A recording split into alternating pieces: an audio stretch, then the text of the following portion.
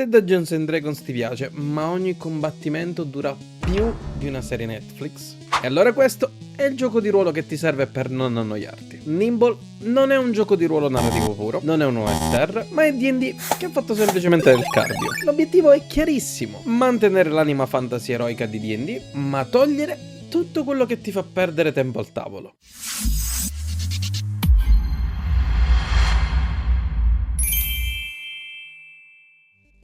Andiamo a vedere un po' quali sono i punti focali di questo gioco. Nimble è un gioco che non ti richiede di studiare chissà quanto. Il manuale è diretto e ti dice espressamente che già dal livello 1 tu puoi entrare direttamente nell'avventura. Ti servono pochi attimi giusto per capire chi e cosa è in grado di fare il tuo personaggio. E se hai giocato a D&D non ti sei perso nulla. Diventi, prove, tiro salvezza, sono tutti concetti familiari, ma qui vengono semplicemente spiegati meglio e fatti in meno passaggi. Quindi, se le regole base rimangono uguali, il combattimento è quello che viene completamente stravolto. Il combattimento ruota secondo un'unica idea. Hai 3 azioni: puoi decidere di muoverti, attaccare, lanciare una magia, aiutare un alleato. Tutto questo è un'azione. La cosa importante è che le azioni non sono una risorsa da mettere di lato. Le spendi e al prossimo turno tornano. Questo elimina una tonnellata di decisioni che bisogna prendere ogni turno. Risultato? I turni sono rapidi, le persone parlano meno e fanno molto di più. Quindi decido di fare l'azione base di ogni gioco. Decido di attaccare col mio personaggio. Bene, non ci sarà un tiro per colpire,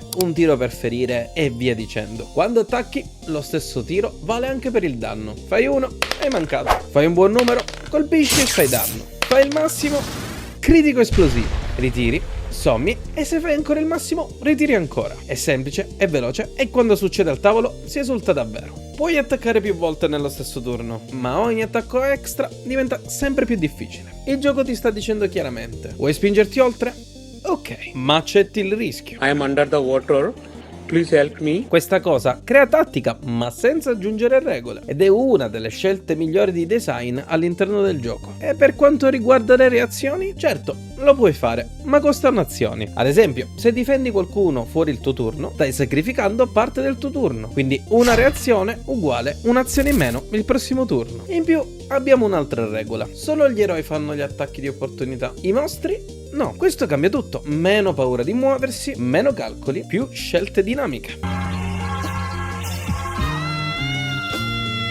In più, questo gioco ha una delle dinamiche che gira intorno alla morte che mi piace di più in assoluto. Quando gli HP, punti vita, scendono a 0, si entra in uno status di morente, e da questo momento in poi potrà essere fatta solo un'azione e ogni attacco che riceveremo diventerà una ferita. In più, l'unica azione che abbiamo a disposizione verrà seguita da un test per lo sforzo che andremo a fare, e alla 6ª ferita sei fuori dal gioco. Quindi non è un sistema che ti uccide a caso, ma non ti coccola come il dragone. Voglio aprire una piccola parentesi per quanto riguarda gli artwork. Sono puliti, leggibili e coerenti. Non sono solo belli, ma sono anche funzionali. Ti aiutano subito a capire il tono che c'è all'interno del gioco. E tutto questo all'interno di 3 piccoli manuali da una 50ina di pagine ciascuno. Una serie di manuali che vogliono essere letti e che non riescono mai ad annoiarti. Quindi ricorda, Nimble è perfetto se vuoi sessioni più corte, combattimenti rapidi e 0 tempi morti. Se invece ami il crunch un po' più pesante e le build complesse come nella 2024, ne ho già parlato nel video precedente, allora probabilmente in quel caso non è il tuo gioco. Infine voglio farvi vedere una cosa che è piaciuta tantissimo ai miei giocatori e che ha dato quella sensazione di boss fight un po' come nei videogiochi. Devo farvela vedere. Questa è la scheda di un mostro, poche azioni, e come potete vedere ci sono anche delle fasi e vi spiegano cosa accade ad ogni fase.